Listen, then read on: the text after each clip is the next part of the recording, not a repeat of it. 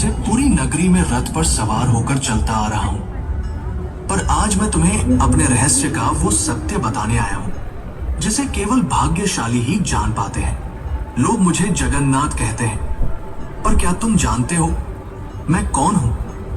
मैं वही हूं जो द्वारका में श्री कृष्ण था, वही जिसने अर्जुन को गीता सुनाई, वही जिसने राधा के प्रेम को साक्षात ईश्वरत्व में बदल दिया, वही जिसने अधर्म के सामने धर्म को विजयी बनाया।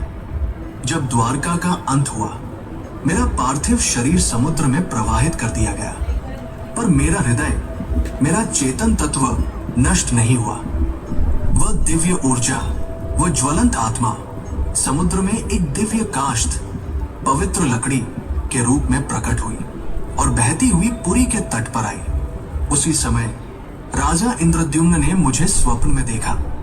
हे राजन, ये कोई साधारण लकड़ी नहीं, ये मेरा शरीर है, इससे मेरा विग्रह बनवाओ। राजा ने आदेश दिया। मूर्ति बनाने के लिए एक वृद्ध पुरुष प्रकट हुए। उन्होंने कहा, इन्हें गुप्त रूप से बनाऊंगा, कोई द्वार मत खोलना। वो कोई और नहीं, स्वयं विश्वकर्मा थे। जब मूर्तियां बन रही थी, रानी की चिंता बढ़ी। द्वार खुलवाया गया। मूर्तियां अधूरी थी। मेरे हाथ नहीं थे, मेरे चरण नहीं थे, पर तभी आकाशवाणी हुई, यही मेरा विराट रूप है, यही मेरा जगन्नाथ स्वरूप है, जहां मैं हर सीमा से परे हूं। जो मूर्ति नहीं, चेतना है, जो धर्म का रक्षक है। राजा ने मेरे उस दिव्य हृदय को मूर्ति में प्रतिष्ठित किया। वो हृदय जो श्री कृष्ण रूपी मेरी चेतना का केंद्र था, वो आज भी मेरी मूर्ति में वास करता है। हर 12 से 19 वर्षों में जब मेरी मूर्तियां बदली जाती है, उस हृदय को गुप्त रूप से नव विग्रह में स्थापित किया जाता है। कोई उसे देख नहीं सकता, कोई उसका वर्णन नहीं कर सकता, क्योंकि वो हृदय भौतिक नहीं, दिव्य है। मैं वही हूं जो कृष्ण है, विष्णु है, और फिर भी सबसे परे है। मेरी आंखें गोल हैं, क्योंकि मैं हर दिशा में देखता हूं। मैं काले रंग का हूं, क्योंकि मैं ब्रह्मांड का मूल स्रोत हूं। मैं रथ पर सवार होता हूं, पर मैं केवल यात्रा नहीं करता, मैं भक्तों के हृदय तक आता हूं। रथ यात्रा केवल उत्सव नहीं, ये संकेत है कि जब जब धर्म डगमगाता है, मैं स्वयं रथ लेकर चल पड़ता हूं। मैं कभी मंदिर में सीमित नहीं था, मैं कभी पत्थर नहीं था। मैं वो हूं जो समय की हर धारा में धर्म का रक्षक बना।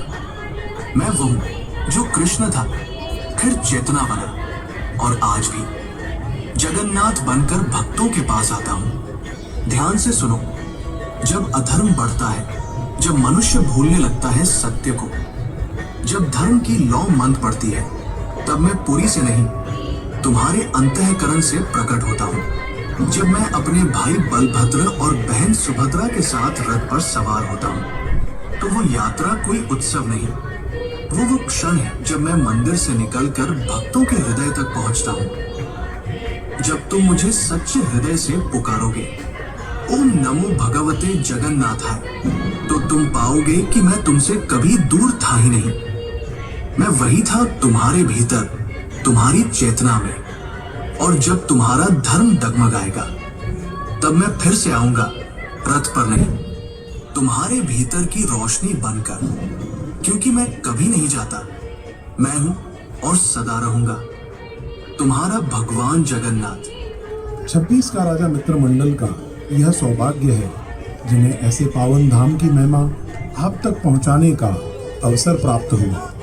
आप सभी भक्तों पर प्रभु श्री जगन्नाथ और बापा की कृपा हमेशा यूं ही बरसती रहे। जय श्री गणेश।